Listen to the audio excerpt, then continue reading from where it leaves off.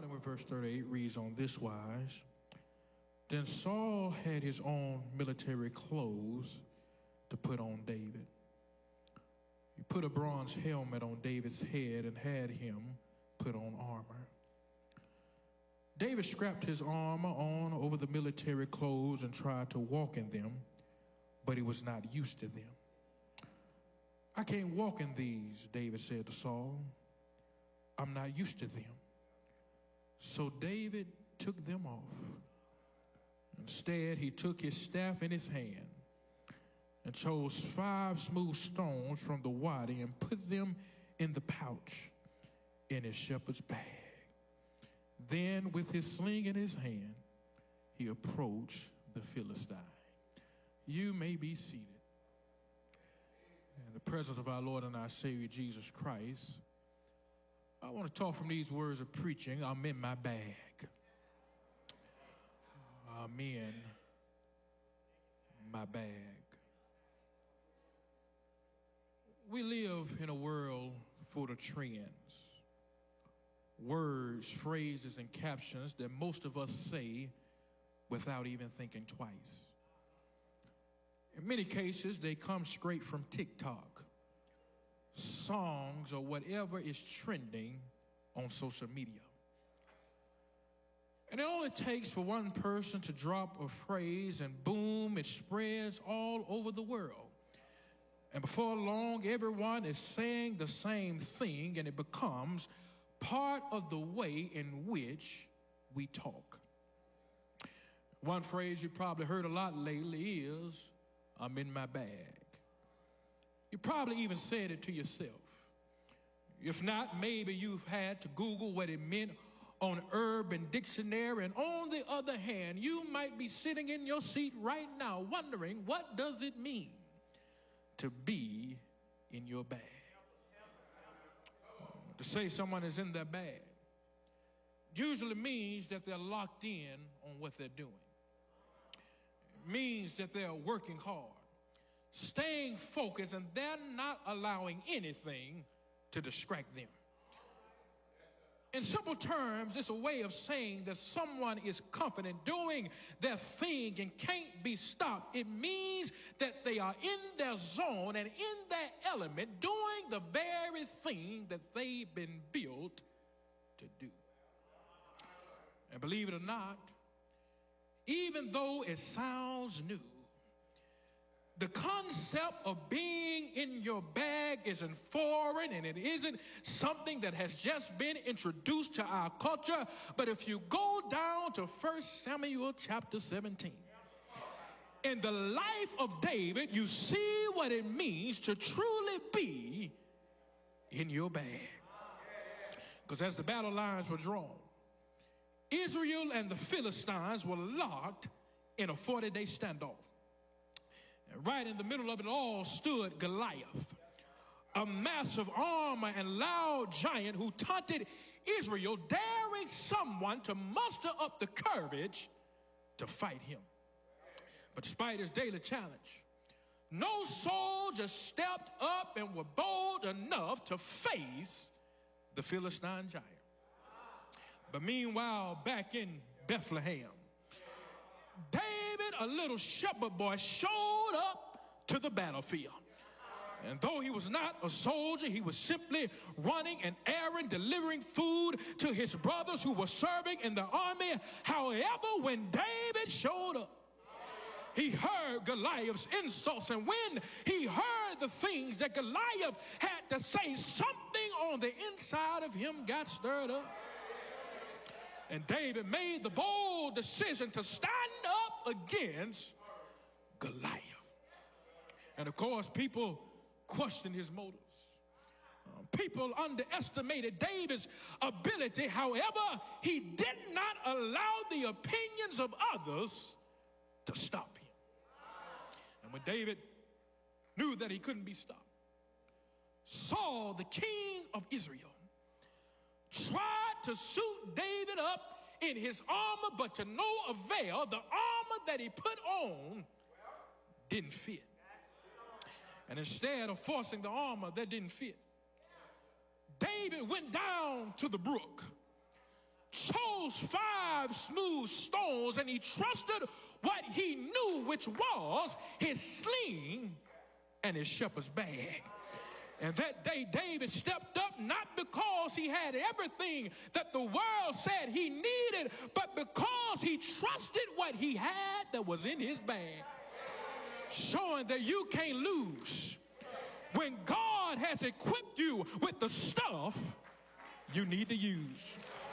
But in order to understand how to stay in your bag, number one, David shows us that you have to eliminate your adversaries. You have to eliminate your adversaries. The armies of Israel and the Philistines were facing off in the valley of Elah. And though the Israelites had been called to battle, even though they had been present and suited up for battle, them and even their king were frozen in fear. Because outmatched by stronger warriors, better weapons, and a giant named Goliath who taunted them for 40 consecutive days, they were afraid and they were paralyzed by his appearance. But even though they were afraid, one day things started to shift. Because down in Bethlehem, in the pasture tending to the sheep, there was a little shepherd boy by the name of David who had been sent down to the battlefield for one assignment. But when he made it down to the battlefield, he discovered that a greater assignment had awaited him. Because you got to understand that David had been assigned by his father to take his brother's lunch to the battlefield. But just imagine if David was not faithful in the mundane. If he wasn't faithful in the mundane, he would have missed out on the opportunity that God had waiting for him on the battlefield. Because sometimes the things that seem small, the things that seem unnoticed, the things that seem beneath you are actually God's way of planting you at the right place at the right time. And you ought not miss this, because many of us want more. We want more opportunities. We want more success. We want more recognition. We want more achievement. However, we do not appreciate our errands. We don't appreciate our little roles, and we don't appreciate the behind-the-scenes work that set us up for what God has waiting for us. Because here's the reality. Your biggest battles, your greatest breakthroughs, and your most defining moments doesn't always happen in the spotlights. But sometimes it shows up in your faithfulness. Because if I can be real for a second, you can't want straight A's when you can't even turn your homework in on time. You can't want a promotion and then you don't appreciate the little job that you have now, and you find every excuse to call off and not clock in. You want the leadership role. You want to be on the forefront, but you don't even know how to humble yourself and learn how to be a follower to become a leader. You can't expect to be in the spotlight if you cannot be faithful and determined and consistent in the shadows. Because the truth is, if God can't trust you with the many, M-I-N-I, he can't bless you with the many, M-A-N-Y. Because the truth of the matter is, when you honor the small, God can trust you with greater. So David, moved by faith and obedience, rose up to the task, and he said, I'll fight this giant. As soon as David made up his mind. Saul came to him. And if he said it like me, he probably said to David, man, you need to go back home to your mama. You still got Similac up under your breath. You don't have what it takes to stand against this giant. And before you were even born, this Goliath giant was already a warrior. But catch this. It seems as though Saul was being helpful.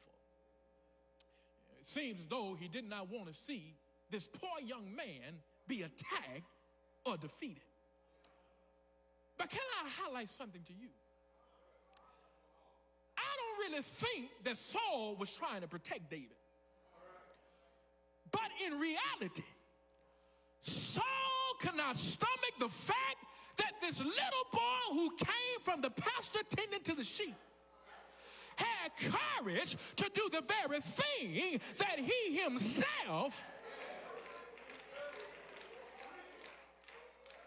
was afraid to do. And that's where many of us get stuck. Because I'm only 21 years old, but I've lived long enough to know that everything you put your mind up to do, everybody wants to support you, everybody wants to understand you, everybody wants to believe in you, and whether you know it or not, that's why you can't let everybody speak over your vision.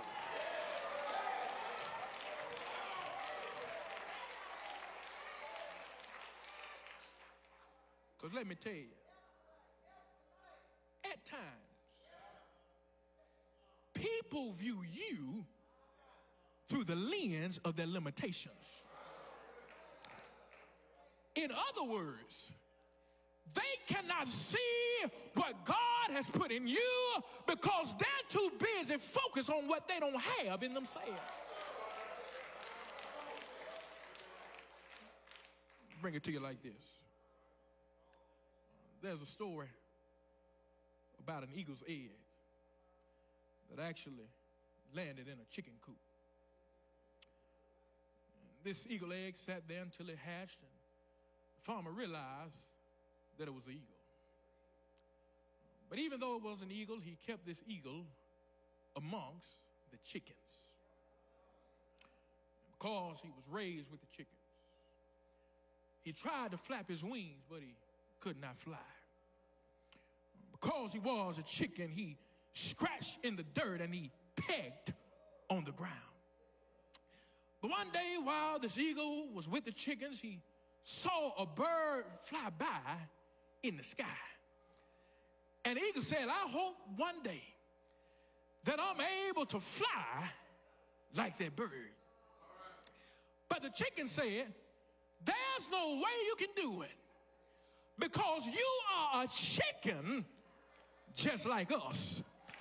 And to make a long story short, that eagle stayed on the ground when it was meant to fly because he allowed grind-level mindsets to speak in a high-level vision. So let me tell you, whenever you allow the wrong people, whenever you allow insecure individuals to speak into your destiny, all they do is delay your progress, distract you from your purpose, and destroy the confidence that God has placed in your life. So don't you let a chicken convince you that you are an eagle. Because if you do, you'll settle for scratching in the dirt when you're meant to soar in the sky. But let me tell you, whenever they try to doubt you, whenever they try to downplay you, whenever they try to degrade you, you have to learn how to silence their doubts and stick your chest out and encourage yourself and say, I am more than you say I am. You say that I'm young, but I'm more than you say I am. You say that I'll never amount to anything, but I'm more than you say I am. You probably say I don't have what it takes, but I'm more than you say I am. You probably say I'm going to be a statistic, but I'm more than you say I am. I'm more than your assumptions. I'm more than your hate. I'm more than your side eyes because I'm anointed, I'm chosen, and I'm appointed by God. And it does not matter what you say, because as long as I know who I am in Christ, I'm more than you say I am. You have to eliminate your adversaries. But if you want to be in your bag, you have to embrace your authenticity. You have to embrace your authenticity. Once David was resolved to fight, opposition quickly arose against him as Saul thought he did not have enough experience. But what Saul didn't understand was that David had already been through battles in the pasture. Because out in the pasture, David had to protect his father's sheep. And whenever a lion or a bear came to snatch one away, he did not panic, but he went after that predator and attacked him.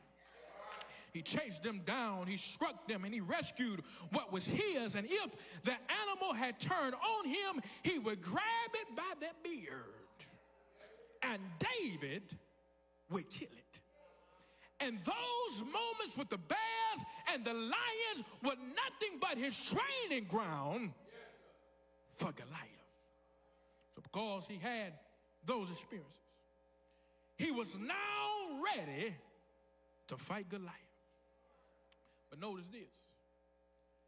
David wasn't a part of the battle plan. Because he wasn't a part of the battle plan, he did not have what everyone thought a warrior or a soldier could carry. So because of this, Saul tried to help David. Gave David his armor to put on to shield and protect him, but when David tried it on, it didn't fit. But here's what I love about David. He could have kept it on. But David had the courage to say to Saul that this armor isn't for me. And that's important, because everybody else on the battlefield had on armor. Every soldier on the battlefield wore the same thing. They wore their helmets. They wore their shields. They had their swords and their protection. That was the norm and expectation to fight.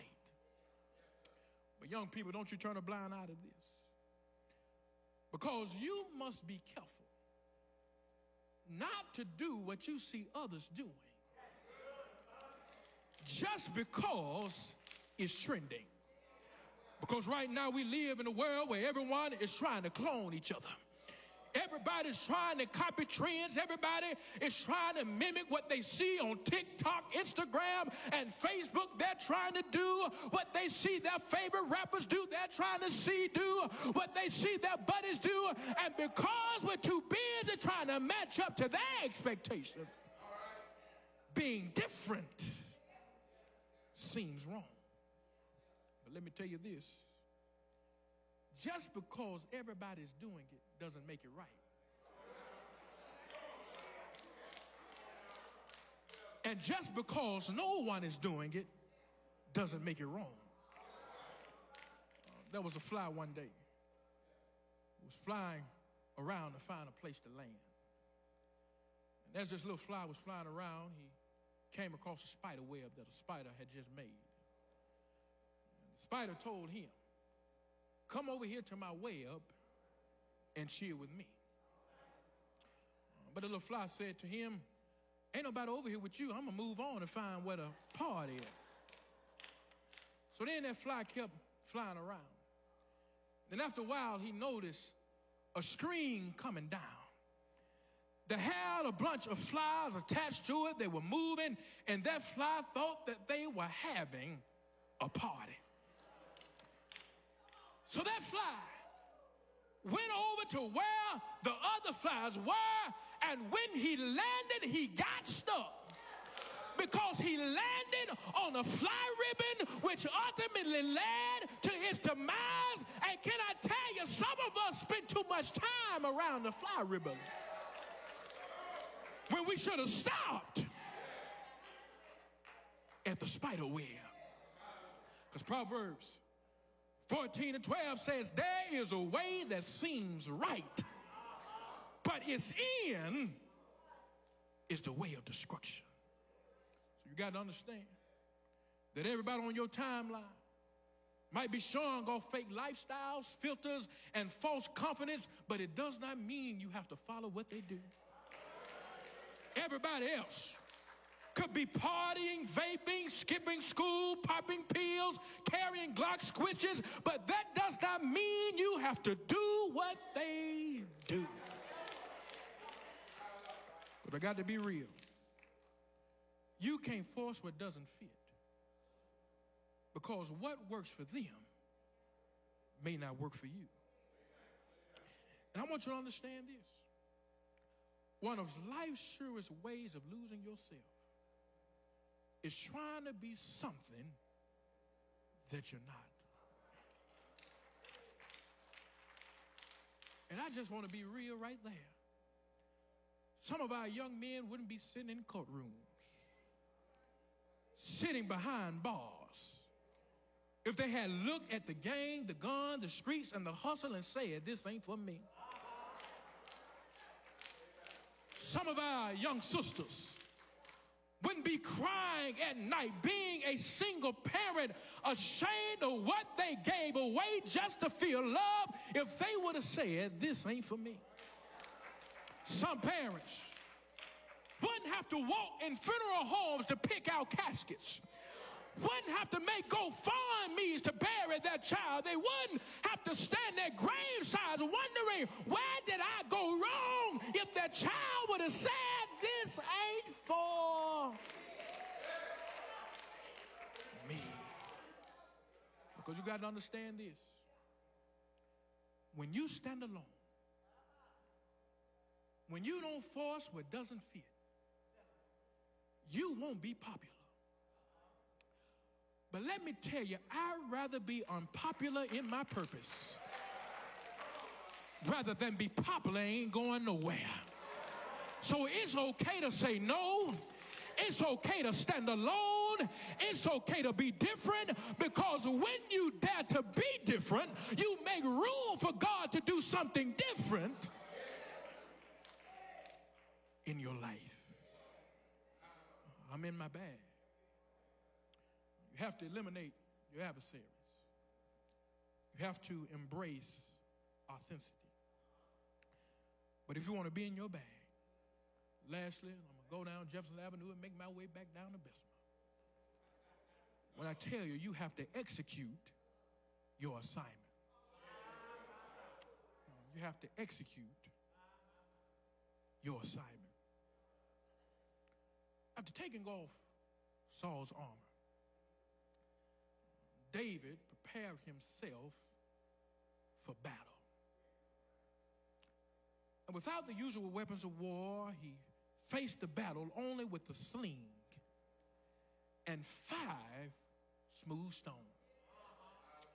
Now, according to certain scholars, they suggest that David got 5 stones because Goliath had 4 of the brothers.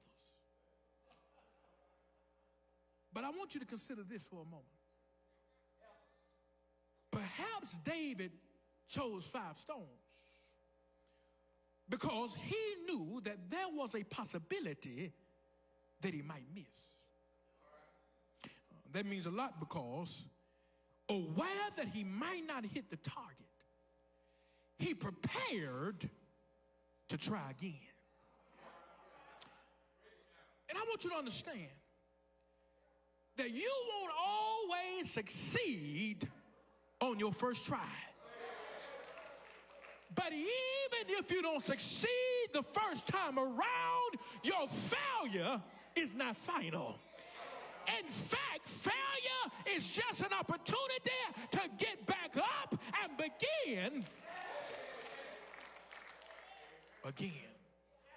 So to every new college student that'll be receiving a scholarship, I can tell you this from experience. It's okay if you're not always on target. You may flunk your first exam, but that doesn't mean you don't belong in a classroom. You might not get picked for the scholarship, but that doesn't mean your career is over. You might not have the right GPA, but that does not mean that 4 years from now you won't have that gown on and that cap on your head, walking across the stage, receiving your degree. And can I tell you why? You got more than one stone. And all you have to do is reach in your bag. Because in your bag, you got more gifts. In your bag, you got another chance. In your bag, you have strength that you haven't tapped into yet. So don't you give up. But like Aaliyah, at first you don't succeed. Get back up. Dust yourself off. And try again. And that's what David understood. That's why he grabbed 5 stones. Because he wasn't planning to fail, but he planned to try again. But since David had planned to try again, we got to realize that what he had didn't look like much. Let's be reasonable. A slingshot looks like a toy that a little kid uses to play in the backyard. And there's no way possible that a slingshot and a stone will be able to slay down Goliath. But let me tell you, whenever God has placed in your bag, He has ordained it and equipped it for you to use in the battle. Have I got a witness? And some of you are afraid of what lies ahead. You know that you will be in a new environment. You know that you will be in a new classroom. You know that you'll experience new challenges. And you're probably wondering, how am I going to make it? Have I got a witness? But let me tell you, all you have to do is reach down into your bag. Have I got a witness? Because you might not have all of the money. You might not have all of the connections. You may not have the perfect resume, but what God has placed in your bag will ensure that you succeed. So look at your neighbor and tell your neighbor, you may not know how you're gonna make it, but let me tell you, what you need is in your bag. Have I got a witness? Let me tell you how I know that you can make it with your bag, because I got hope in my bag. I got peace in my bag. I got joy in my bag. I got power in my bag. I got grace in my bag. But most of all, I got God in my bag. Have I got a witness? And that's why David was able to slay down Goliath the sling that he had. It wasn't the stone that he had, but he made it because God was on his side.